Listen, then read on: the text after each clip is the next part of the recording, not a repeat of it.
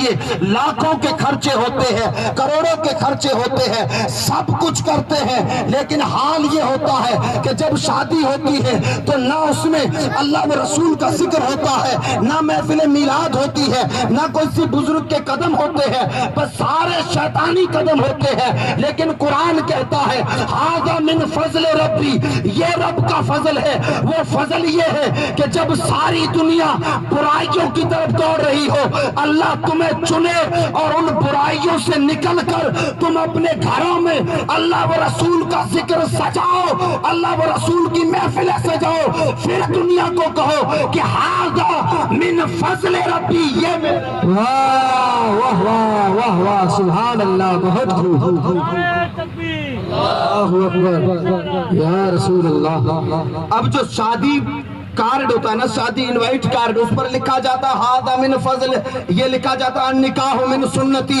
نکاح کرنا میری سنت ہے۔ رسول اللہ کی حدیث کو اٹھایا، کارڈ پہ لکھ دیا۔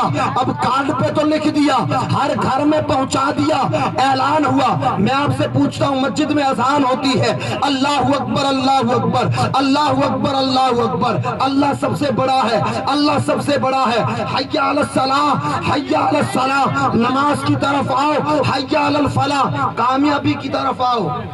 ایک بہت کڑوی بات کہتا ہوں، ٹھیک ہے، محفل میلاد میں بڑے شوق سے بیٹھے ہیں، یہ بھی اللہ تعالیٰ کا کرم ہے، لیکن رمضان کو گزرے ہوئے کتنے دن ہوئے؟ بولیے، رمضان کو گزرے ہوئے کتنے دن ہوئے؟ 15-16 دن ہوئے۔ ایمانداری سے بتائیں، 16 دنوں میں جمعہ چھوڑ کر مسجد کس نے دیکھی؟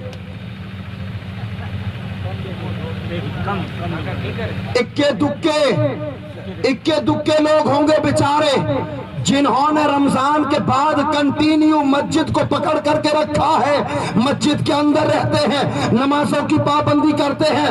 ارے سن مسلمان، رمضان ہم سے جدا ہوا ہے، اسلام جدا نہیں ہوا ہے، اور اسلام میں رمضان بھی ہے، اسلام میں نماز بھی ہے۔ تو نماز صرف رمضان میں نہیں ہے، نماز رمضان کے علاوہ بھی ہے۔ جس طرح نماز رمضان میں تھی، ویسی کی ویسی نماز آج بھی فرض ہے۔ اللہ اکبر۔ ادھر عید کا چاند نظر آیا، ہماری مسجدیں ویران ہو گئی، اور اب حال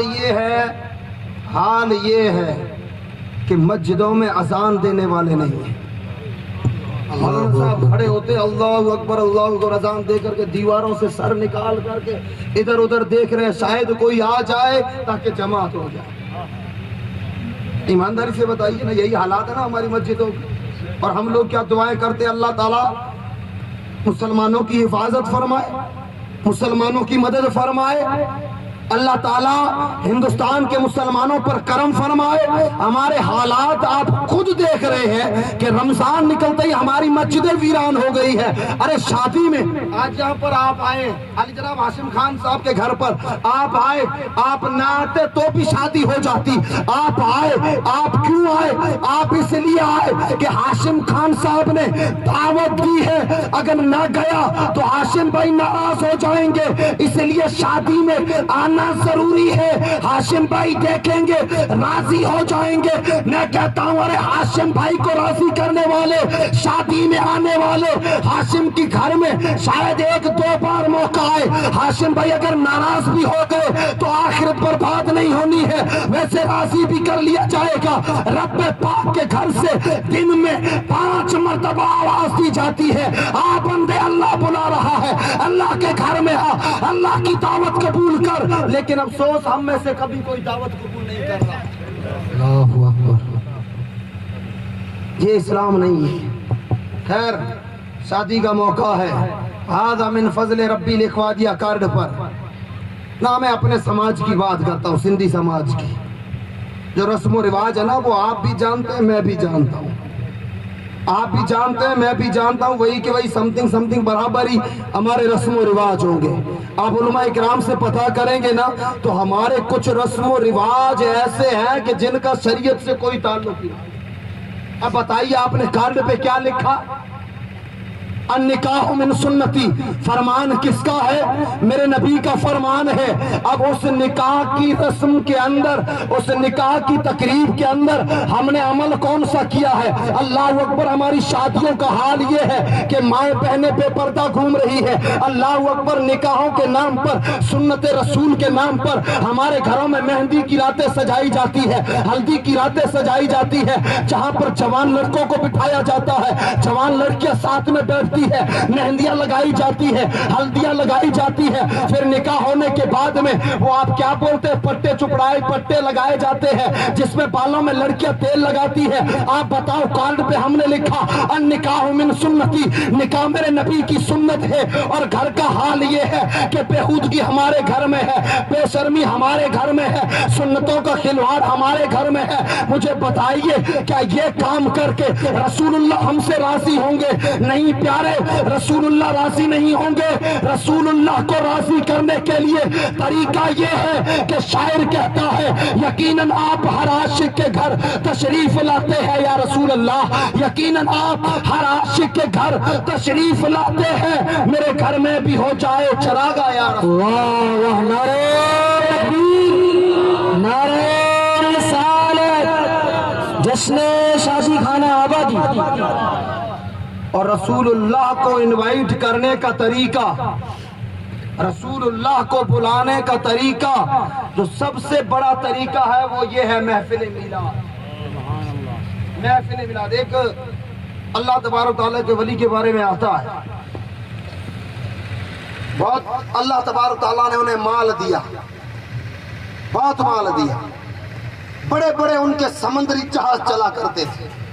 ایک بار اپنے گھر میں بیٹھے تو کسی نوکر نے آ کر کے کہا کہ حضور، آپ کا فلاں جہاز جو بہت سارا آپ کا سامان خزانہ وغیرہ لے کر کے کسی اور ملک میں گیا تھا۔ کہا ہاں، کہا وہ سمندر میں طوفان آیا اور پورا ڈوب کر کے غرق ہو گیا، ڈوب کر کے غرق ہو گیا۔ اللہ کے ولی نے یہاں دل پہ ہاتھ رکھا، ہاتھ رکھنے کے بعد تھوڑی دیر یوں بیٹھے اور پھر سر وہ اٹھایا اور کہا الحمدللہ۔ کیا کہا؟ الحمدللہ۔ 4 5 10 دن کے بعد پھر کسی نے آ کر کے کہا کہ حضور، وہ جو پہلے آپ کے لیے خبر آئی تھی کہ آپ کا سارا جہاز ڈوب گیا، مال غرق ہو گیا، وہ جھوٹی تھی، غلط تھی۔ اصل خبر یہ ہے کہ آپ کا جہاز فلاں ملک میں پہنچا، تجارت ہوئی، بزنس ہوا، جو مال گیا اس کا ڈبل منافع کمایا ہے، اور جہاز اب ساحل کے کنارے آ گیا اور مال سارا منافع آ رہا۔ اللہ کے ولی نے پھر دل پہ ہاتھ رکھا، سر جھکایا، سر اٹھا کر کے بولے الحمدللہ۔ پہلے خبر ملی نقصان ہوا، دل پہ ہاتھ رکھا اور کیا بولے الحمدللہ۔